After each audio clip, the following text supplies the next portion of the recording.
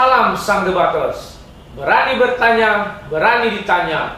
Jangan kerja kau hanya bertanya terus. Tapi perlu ingat, setiap pertanyaan dan jawaban harus ada argumen ya. Oke?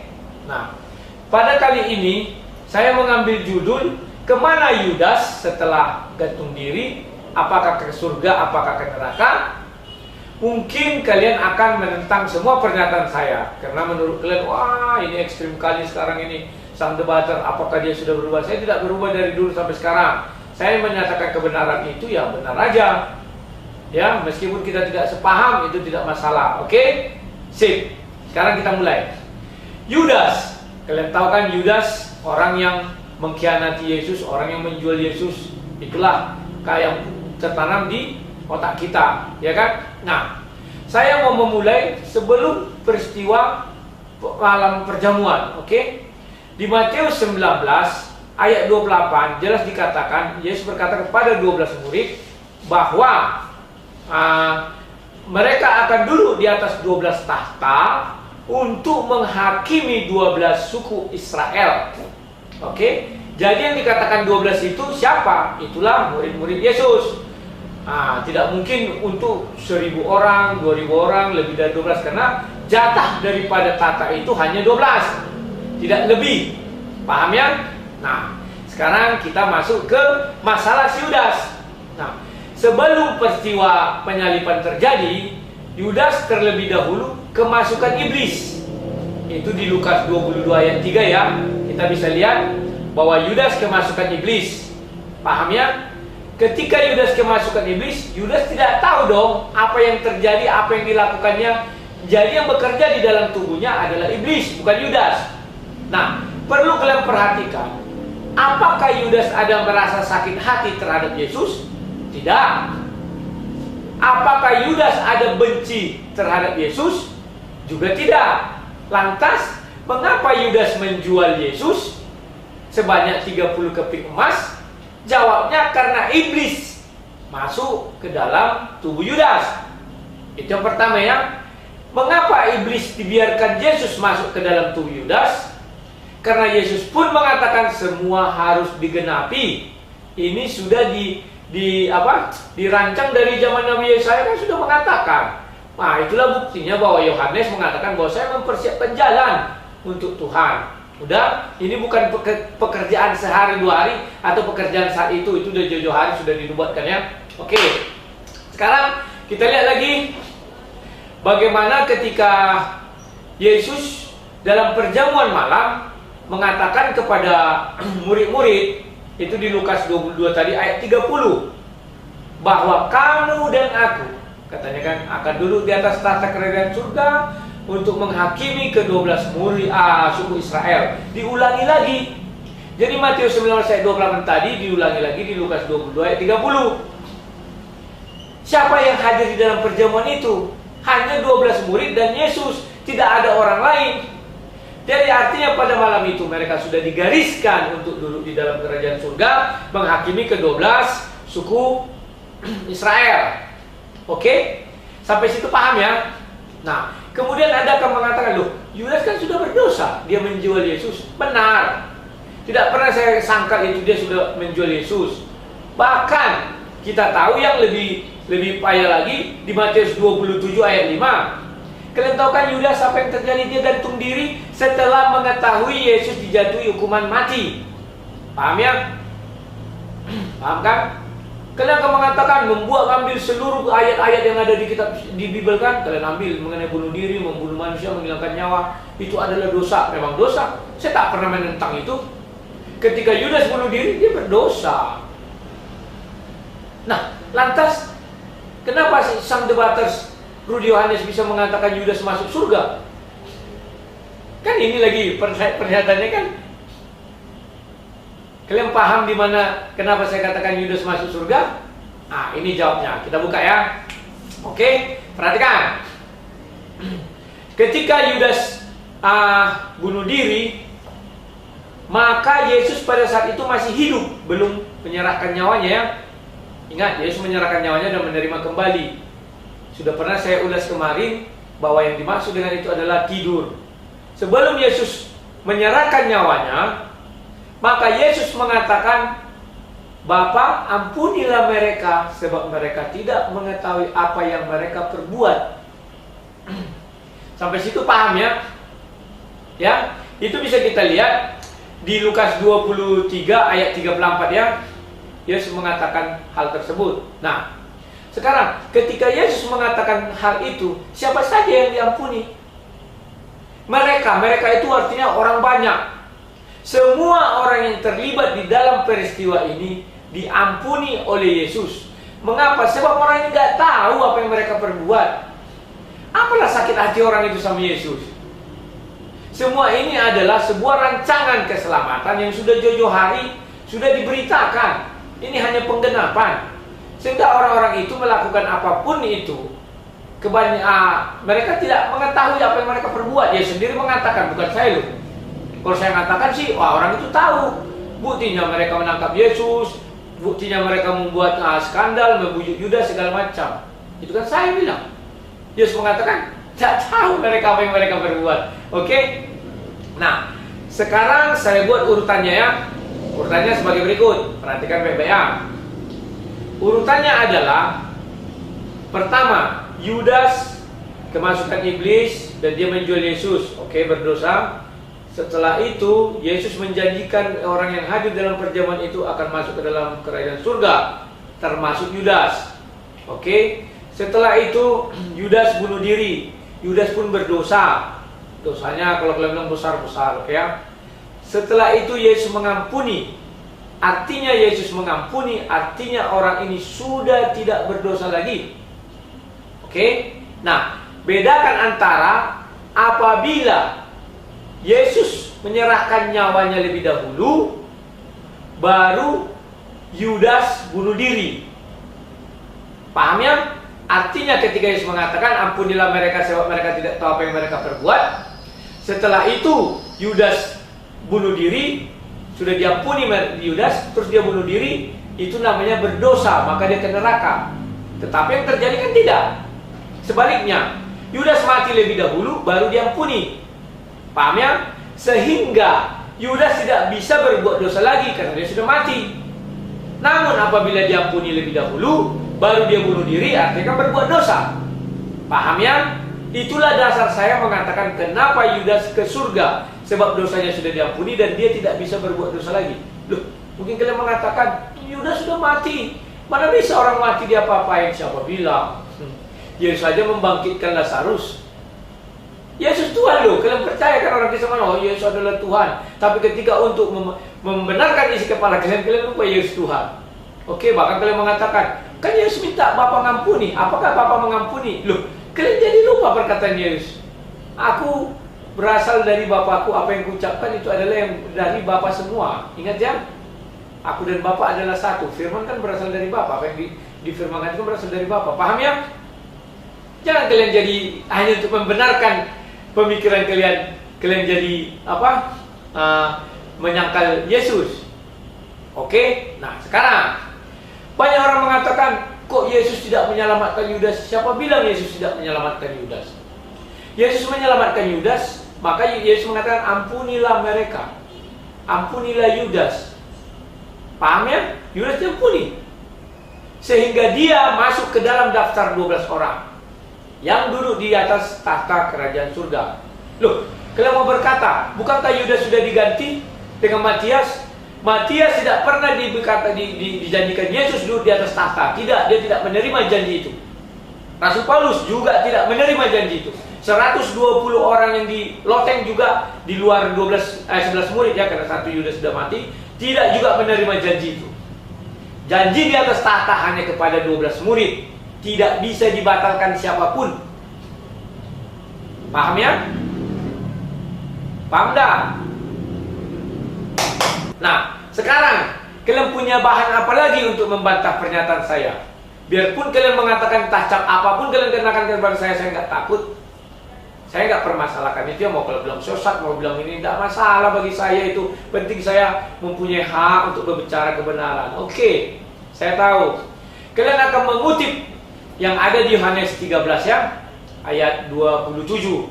Ketika perjamuan malam tersebut, Kan?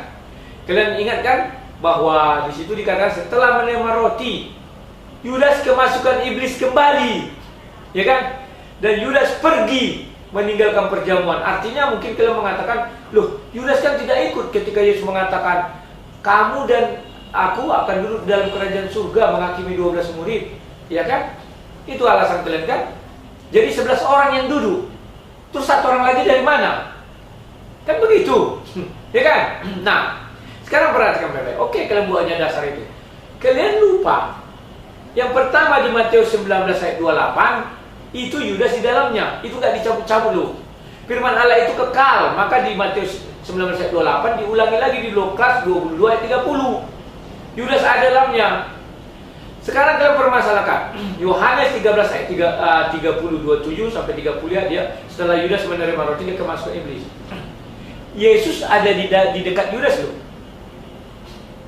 Kenapa Yesus tidak mau mengusir iblis yang ada di dalam Yudas? Kan tinggal bilang Yesus bilang, "Enyalah engkau iblis," maka iblis enyah.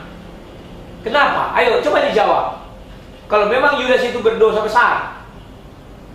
Karena Yesus kan sudah mengatakan ini harus terjadi, harus digenapi. Bukan tidak bisa Yesus mengatakan enyah kau iblis ya. Maka enyah iblis dari Yudas, Yudas tersadar. Dia tidak punya dendam, tidak punya sakit hati, tidak juga kemarahan terhadap Yesus. Maka dia tidak akan melakukan apa-apapun terhadap Yesus. Yang punya masalah itu kan iblis sama Yesus. Iblis tidak senang sama Yesus. Tahu ya? Paham ya? Maka ketika dibawa di gunung, iblis di Matius 4 itu iblis mencoba Yesus. Yesus mengatakan enyalah engkau iblis. Maka iblis enyah. Nah, Yudas kan tinggal bilang Yesus enyalah engkau iblis. Gampang, sama seperti Petrus mengumus pedangnya, cuk, dipenggal itu telinga orang tuh. Putus kan? Ingat di Matius 26 ya, ayat 53 sampai 54. Yesus mengatakan sama si Petrus ya, Petrus. Apa kata Yesus? Sangkamu aku tidak bisa meminta bala bantuan, ya kan? Bahwa Bapa mengirim malaikatnya. 12 dibanding bilang Yesus kan 21 orang pun satu malaikat pun sebenarnya habis itu semua, ya kan? Tapi tidak mau, ini harus digenapi. Sudah mulai dapat bayangan ya, bahwa Yudas bertingkah laku bukan atas dasar kemauannya sendiri, tetapi karena kemauan iblis. Iblis masuk ke dalam dirinya. Bukan dia menimbulkan pikiran iblis di pikirannya. Beda loh. Misalnya kita buat kejahatan nih. Kita lihat benda, aduh aku mau mencuri. Nah, itu kan pikiran kita yang membuat sesuatu yang jahat. Kalau ini kan enggak. Yudas tak ada niat jahat sama Yesus. Apa? Dendam tidak. Marah tidak. Dengki, keci tidak. Dia adalah murid. Paham ya? Nah baik, kalian membuat sebuah Yudas sudah pergi, jadi tidak masuk di dalam kumpulan itu. Oke. Perhatikan. Yohanes 13 itu ayat 30 diucapkan di mana?